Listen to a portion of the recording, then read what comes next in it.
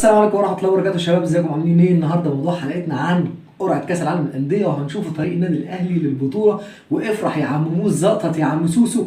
النهارده اليوم يومك والبطوله بطولتك، وانت كل يوم مع النادي الاهلي هتلاقي نفسك في بطوله. لو كان حد حكى لك عن النادي الاهلي اللي بيعدي من جنب صور النادي الاهلي كده بياخد بطوله، وانت لسه واخد بطولتين ما كملتش شهرين ثلاثه، وداخل على منعطف تاريخي كبير جدا وهتلعب في كاس العالم للانديه، وللاسف القرعه حطتك حطه يعني لا تحسد عليها، حطه غبيه جدا جدا. والنادي الاهلي بيقع في مكان صعب جدا لاي نادي، لانه هيلاعب الفريق الضيف، وهيلاعب مين بقى؟ بطل اوروبا بايرن ميونخ. والنادي الاهلي محطوط في مكان بقى لا يحسد عليه، مكان صعب جدا. هيلاعب مين بقى؟ هيلاعب في اول مباراه دحيل للقطري اللي هو بطل قطر طبعا وبطل الدوري القطري. والفريق ده يا جماعه مش عايز اقول لكم هو معزز هجومه ازاي ومعزز لعيبته ازاي. الفريق ده لاخر مباراه ليه كان كسبان 8-1. الفريق ده بيملك مهاجم كيني من طراز فريد جدا. هنشوف قرعه كاس العالم للانديه، وبعد كده نرجع بقى نقول ارقام اللاعبين المشاركين واخطر 2 لاعبين موجودين معانا في كاس العالم للانديه وبيلعبوا في فريق ايه. اول القرعه ما اتعملت طبعا وقعت مين بقى؟ وقعت بطل المكسيك فريق تيجرايس مع فريق هيونداي كوري. وتاني مباراة بقى اللي هي الاهلي والدحيل. بس في الترتيب بقى بيبقى المباراة الاولى بين بطل المكسيك اللي هو تيجرز ومعاهم نادي هيونداي، هيلعبوا الفرقتين دول مع بعض، والفايز هيلاعب مين بقى؟ بطل امريكا الجنوبية اللي لسه ما اتحددش لحد دلوقتي اللي احنا فيه. والمباراة رقم 3 في التصنيف هي مباراة الأهلي والدحيل القطري. طب الفائز من مباراة الدحيل والأهلي إيه؟ هيلاعب مين بقى يا عم الزئبقي؟ بص يا باشا، اللي هيفوز من مباراة الأهلي والدحيل هيلاعب بايرن ميونخ، الفريق العملاق البافاري. وشرف لأي فرقة تلعب في وش العملاق البافاري، وأي فريق هيخسر من العملاق البافاري هيكون راضي، لأن أنت هتتفرج على كرة قدم وهتحتك بأقوى فريق كرة قدم في 2020. الفايز منهم طبعا هيلاعب مين بقى؟ هيلاعب الفايز من مثلا الاهلي والدحيل هيلاعب زي ما قلنا بايرن ميونخ. الفايز من مثلا لو الاهلي لعب مع بايرن ميونخ عادي ممكن تحصل معجزات، ما حدش يضحك يا جماعه، يعني مفيش اي مشكله. ايه المشكله لو احنا كسبنا بايرن ميونخ؟ انا قلت في الحلقه اللي فاتت ان احنا كسبنا ريال مدريد. الفايز بقى من نادي الاهلي ونادي بايرن ميونخ هيلاعب مين بقى؟ الفايز من بطل امريكا الجنوبيه، والفرقه اللي هتصعد معاه واحتمال 90% تكون فرقه هيونداي. هقول لكم ليه فرقه هيونداي. وبعد كده نادي الاهلي ممكن يصعد النهائي ويلاقوا، يعني نادي الاهلي ان هو يكسب الدحيل القطري كده ضمن مقعد متقدم. مش هيلاعب في الادوار الاخيره بقى، هيبعد عن الخامس والسادس، هيلعب على الثالث والرابع. طبعا عارفين ان بايرن ميونخ فرقه تقيله جدا، واخدت كاس العالم للانديه قبل كده سنه 2013. وطبعا بايرن ميونخ محضر ورقه جامد جدا، لان البطوله دي بالنسبه له سهله.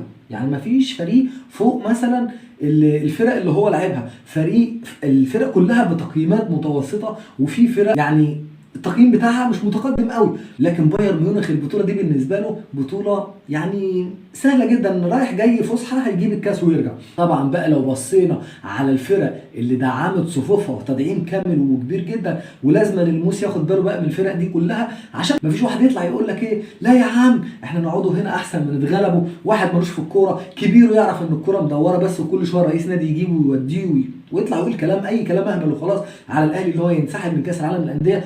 لازم تعرف يا عم الحاج انت نقطه مهمه، ان انت صعدت لكاس العالم للانديه، اذا انت من افضل 7 انديه في العالم، ودي حقيقه. نادي الاهلي بيملك 3 ارقام قياسيه محدش سبقه فيهم في افريقيا والعرب، وفيهم رقم محدش سبقه في العالم كله. نبتدي بالارقام الافريقيه والعربيه.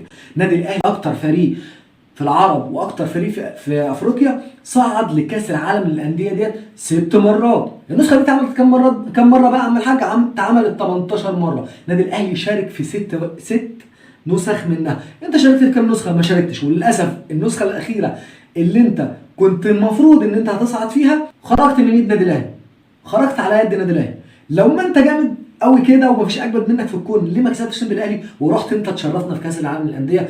معنا بالمهاترات بقى والكلام الفاضي دوت، لان احنا ما بناكلش بالكلام دوت. احنا ناس عندنا بطوله ومستنيين يوم 11/2 عشان نتفرج على فرقتنا في كاس العالم للانديه. خليك انت بالهري بتاعك في الاستوديوهات. بص يا عم الحاج، انا بوجه لك انت بقى الكلام، وطبعا كل الناس اللي بتتفرج عليا عارفين انا بتكلم على مين. لما تيجي تقول للنادي الاهلي المفروض ان انت تنسحب علشان انت ما تفضحناش كممثل مصر، ليه انت ما رحتش مثلا، ليه انت ما رحتش كاس العالم عشان تشرفنا باسم مصر؟ ليه خرجت من ايد الاهلي؟ معنى ان الاهلي يكسبك لازم تحط لسانك جوه بقك وتعرف ان النادي الاهلي هيشرفك اكتر ما انت كنت هتشرفنا كفرقه. يعني فرقه النادي الاهلي احسن فرقه تشرف مصر دلوقتي، واحسن فرقه تشرف افريقيا دلوقتي بالارقام والبطولات. ما تجيش تتكلم في حق النادي الاهلي وتقول ينسحب او ما ينسحبش. انت اصلا فشلت كمدرب وكمدير فني وكمدير كوره، انت فشلت كل حاجه في حياتك. ما تجيش تعلق شماعه فشلك على النادي الاهلي وتحك في النادي الاهلي والحك الفظيع اللي انت شغال فيه ده عشان تطلع تاخد لك سبوبه ولا حاجه في الاعلام. ما تجيش تقول ان النادي الاهلي ينسحب او ما ينسحبش. انت كبيرك تتكلم على الاعلام عن ناديك، وخليك في ناديك، وابقى تعالى اتفرج علينا بقى في كاس العالم للانديه واحنا بنتغلب بقى ومش عايزين نشرفه اللي زيك. النادي الاهلي زي ما قلنا شارك في 6 نسخ من 18 نسخه كممثل لافريقيا والعرب. وطبعا النادي الاهلي بيملك رقم خاص جدا محدش وصل ليه لحد دلوقتي.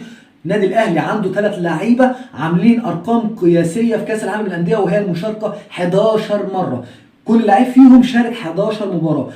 مين بقى ال3 لعيبه دولت؟ اساطيرنا طبعا كابتن وائل جمعه، كابتن محمد ابو تريكه، وكابتن حسام عاشور، ودول اكتر لعيبه شاركوا في كاس العالم للانديه. ال3 لعيبه دول شاركوا اكتر من اي فرق تانية. طبعا بايرن ميونخ زي ما قلنا هو الحاصل على اللقب سنه 2013. تعالوا بقى نشوف كده منشطات سريعه كده ونشوف الانديه ديت عملت ايه علشان كاس العالم للانديه. اولا نادي هيونداي جايب لعيب حاطط 35 هدف وصانع 3 اهداف في 40 مباراه. ايه يا عم؟ ايه يا عم الرقم ده؟ اقسم بالله انا اتخضيت، والله العظيم اتخضيت.